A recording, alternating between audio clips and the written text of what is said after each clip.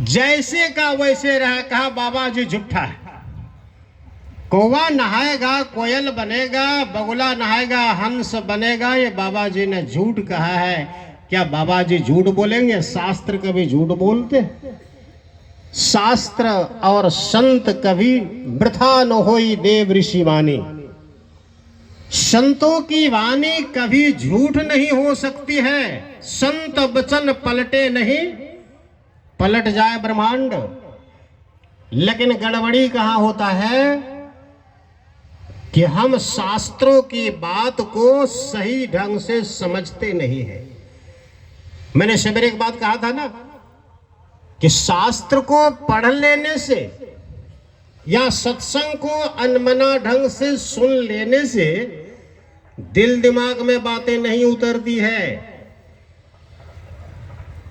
और सही सही लोग शास्त्र का अर्थ भी नहीं लगा सकते हैं।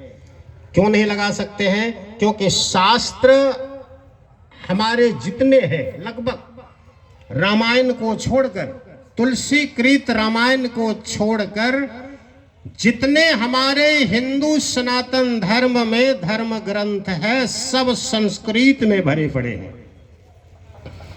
सब संस्कृत भाषा में है। 4 वेद संस्कृत में, 6 शास्त्र संस्कृत में, 18 महापुराण संस्कृत में, और जितने भी पुराने धर्म ग्रंथ हैं सब संस्कृत में है।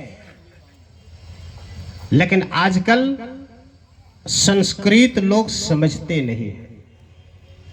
कारण क्या है? संस्कृत की पढ़ाई नहीं होती है। आप जाइए, मुसलमान को उर्दू आता है, इसीलिए वो कुरान पढ़ लेता है और उसका अर्थ वो लगा लेता है, क्योंकि उसके मदरसे में पढ़ाई भी होती है। वो ईसा मसीह वाले को अंग्रेजी आती है तो बाइबिल का अर्थ वो अंग्रेजी का अर्थ लगा लेते हैं। लेकिन हमारा जो धर्म शास्त्र है, ग्रंथ है, सब संस्कृत में है। लेकिन हिंदुओं को संस्कृत नहीं आती है। यहां पर अगर पूछा जाए, 2-4 लोग ही उठा करके हाथ बता सकता है कि हमको संस्कृत आती है। अर्थ लगाना तो दूर, पढ़ना भी नहीं आता है। अगर हमें पढ़ना नहीं आएगा साहब, तो हम धर्म शास्त्र का अर्थ कैसे कर सकते हैं? नहीं कर सकते ना। तो हम धर्म शास्त्र को पढ़ेंगे भी तो अर्थ नहीं लगा पाएंगे। कारण कि संस्कृत हमने पढ़ा नहीं है, और संस्कृत नहीं पढ़ाई हमने किया है। इसका कारण हमारा नहीं है, आपका नहीं है, इसका कारण सरकार है। जब हमारे देश के पूर्व इतिहास को देखा जाए, जब हमारे देश में अंग्रेज और मुगल नहीं आए थे, उसके पूर्व ये स्कूल नहीं होते थे हमारे यहाँ। क्या होता था पहले? गुरुकुल होते थे। ध्यान से सुनिए, उस समय गुरुकुल हुआ करते थे हमारे देश में। और उस समय कहते हैं 7,11,000 गुरुकुल थे पूरे भारत में। 7 लाख से ऊपर गुरुकुल थे। प्रत्येक गांव में गुरुकुल हुआ करते थे। और जो व्यवस्था चलती थी गुरुकुल की, उस सरकार से नहीं चलती थी, पब्लिक से चलती थी, आपसे हमसे चलती थी। गांव के लोग गुरु को रखते थे, शिक्षक को रखते थे, वो पढ़ाते थे हमारे बच्चे को। और क्या पढ़ाते थे? वो संस्कृत पढ़ाते थे, धर्मशास्त्र पढ़ाते थे, व्याकरण पढ़ाते थे। और उस समय संस्कृत पढ़ाई होती थी, व्याकरण की पढ़ाई होती थी। उस समय के लोग शास्त्र पढ़ लेते थे। लेकिन हुआ क्या, ये 2 आतंकवाद जब हमारे देश में आए ना, मुगल और अंग्रेज, तो उन लोगों ने क्या किया, यहाँ की संस्कृति को मिटाने के लिए सबसे पहले संस्कृत भाषा को बंद करा दिया गया। जितने गुरुकुल थे हमारे देश में सबको बंद करा दिया गया। क्यों? कि उन्होंने भारत में घूम घूम करके देखा। एक अंग्रेज अधिकारी थे, रॉबर्ट क्लाइव ने, जो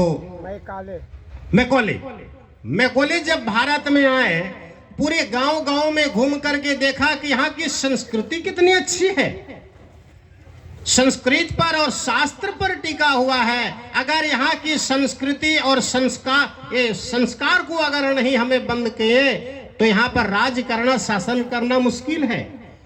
तब उन्होंने क्या किया, संस्कृत भाषा को बंद करा करके अंग्रेजी भाषा चालू किया और उन्होंने अंतिम में यह निर्णय दिया कि अब के बाद जब उनका आधिपत्य हो गया तब उन्होंने कहा अब भारत में जो बच्चे पैदा लेंगे वो शरीर से भारतीय होंगे।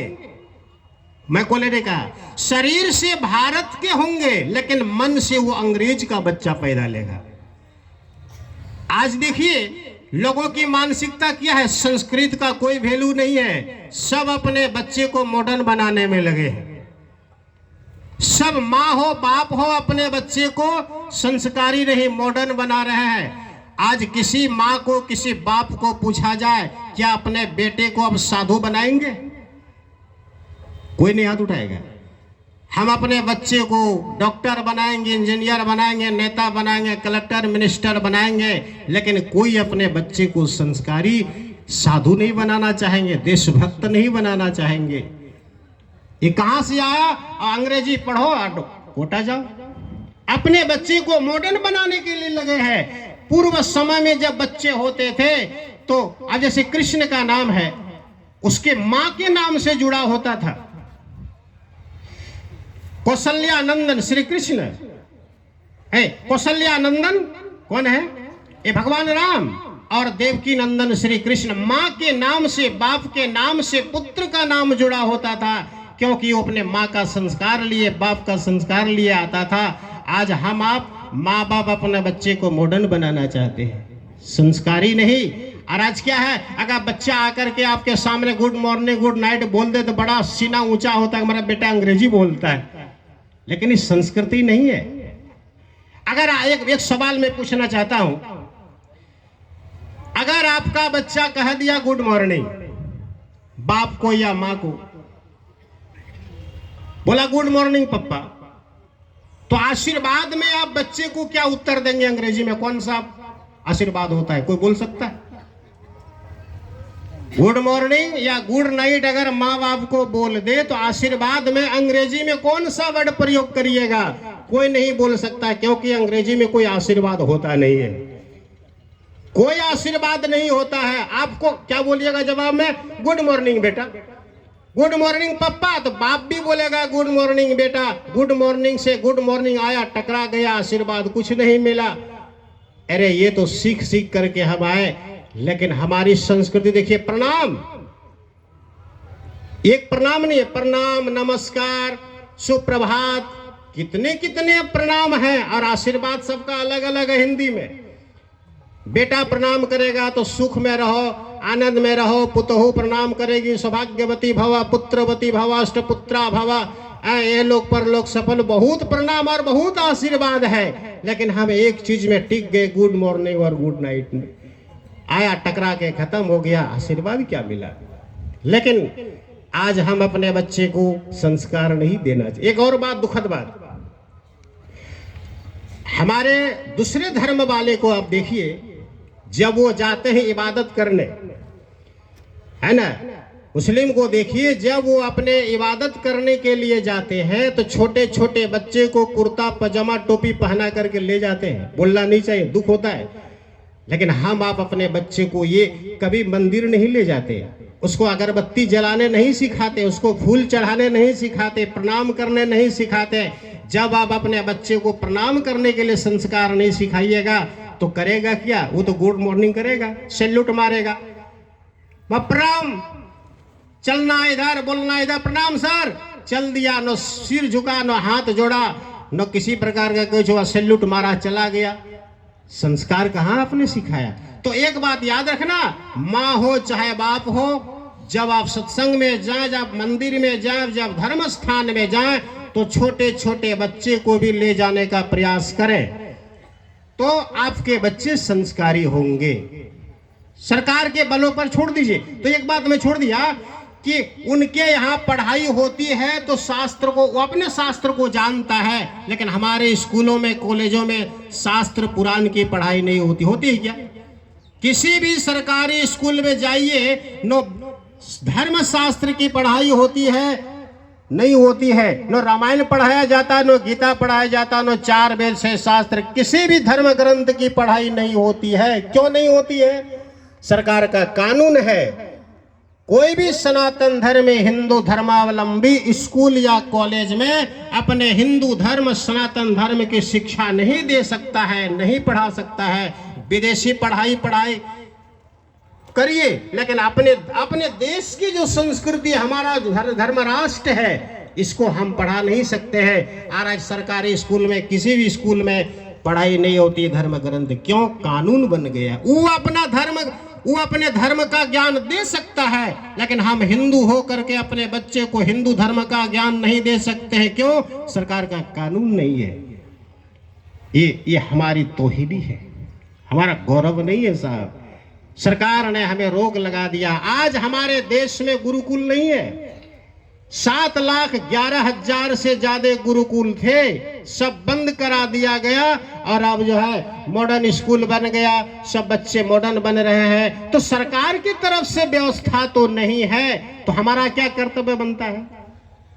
हमारा कर्तव्य बनता है, पहला टीचर हमारे जीवन में माँ बाप को कहा गया है। सरकार के भरोसा छोड़िए, स्कूल में क्या पढ़ेगा नहीं पढ़ेगा, लेकिन आप अपने बच्चे को घर में ट्यूशन पढ़ाइए और अपने धर्म संस्कृति का ज्ञान दीजिए। कैसे प्रणाम करना है, कैसे बैठना है, कैसे उठना है, कैसे लोगों से बात करना है। आप पहला गुरु है, प्रथम गुरु है माता पिता। आप अपने बच्चे को, आज हमारे बच्चे अगर थोड़ी जानते हैं, अच्छा आप लोग जो थोड़ा सत्संग का धर्म का ज्ञान है तो सरकार ने दिया है क्या? कहाँ से मिलता है? ये सत्संग से मिलता है, ये प्रवचन से मिलता है, इस साधु संत से मिलता है। आज हमारे देश में धर्म संस्कृति को अगर बचाया है तो साधु संत बचाया है। साधु संत के बल पर हमारा देश थोड़ा सा जागरूक है, नहीं तो सरकार के नाम से तो खत्म है, कोई व्यवस्था नहीं है। हम अपने बच्चे को धर्म की संस्कृति की शिक्षा दें, अपने से सिखाएं बच्चे को। हाँ ठीक है, अंग्रेजी पढ़ना मैं मना नहीं करता, लेकिन अपने घर में अपनी भाषा बोलिए, अपने घर में अपनी संस्कृति का बच्चों को ज्ञान दीजिए। बच्चा सीखेगा, प्रणाम करेगा तो आप ही को प्रणाम करेगा। इसीलिए ये सत्संग की महिमा है। आज हम आप थोड़ा सा जानते हैं तो सत्संग के बल पर धर्म का ज्ञान जानते हैं। इसीलिए कहा नित प्रति सत्संग कर लो प्यारा, तेरा कार सरे सारा। हम सत्संग करें और अपने बच्चों को भी यहाँ से जाकर के बच्चों को सत्संग सुनाएं, परिवार को सत्संग सुनाएं, बांटे प्रसाद। अरे ये काजू किशमिश प्रसाद खाइएगा तो रात भर में निकल जाएगा, लेकिन ये प्रसाद जो है गुरु प्रसाद, ये संतों का ज्ञान, यही प्रसाद है, ये महाप्रसाद है। अपने घर में जाकर अपने बाल बच्चों को ये संस्कार दीजिए तो हमारे देश में धर्म बचेगा, नहीं तो धर्म की बड़ी स्थिति खराब है। आज हम नहीं जानते हैं अपने धर्म शास्त्र को। हमारे बच्चों को पूछिए राम कौन है, कृष्ण कौन है, दुर्गा कौन है, काली कौन है, कितना शास्त्र, कितना पुराण, कितना क्या किया है, हमारे बच्चे नहीं जानते हैं। क्यों नहीं जानते? क्योंकि उसको जनाया नहीं गया। हाँ, क्रिकेट खिलाड़ी कौन है, सचिन तेंदुलकर जानेगा। हाँ, वो फलाना सिनेमा का स्टार कौन है, फिल्मी स्टार कौन है, फलाना हीरोइन कौन, वो जानता है। और मोबाइल का तो एक चीज बच्चा को ज्ञान है, लेकिन धर्म संस्कृति का ज्ञान नहीं है। ये कौन देगा? सरकार नहीं देगी। ये हम आपको अपने अपने घर में संस्कृति का ज्ञान दें, धर्म का ज्ञान दें, तो हमारे बच्चे संस्कारी होंगे। मॉडर्न मत बनाइए, अपने बच्चे को संस्कारी बनाइए, राम बनाइए, कृष्ण बनाइए, श्रवण कुमार बनाइए, भक्त प्रहलाद बनाइए। तो ऐसे बच्चे जब पैदा लेंगे आपके घर में तो कहा गया वो बच्चे संस्कारी होंगे और माता पिता को प्रणाम करेंगे। माँ क्या होती है, बाप क्या होता है, बच्चे को जब तक ज्ञान नहीं होगा तब तक आपका सम्मान नहीं करेगा। अगर आप चाहते हैं हमारे बच्चे हमको प्रणाम करे, हमारी सेवा करे, तो पहले बचपन में आप उसको संस्कार दीजिए, तो बच्चे संस्कारी होंगे। इसके लिए साधु संतों और शास्त्रों का सहारा लेकर हमें मार्ग पर चलना है। इसी में शुभकामना है। बोलिए श्री सद्गुरु महाराज की जय। श्री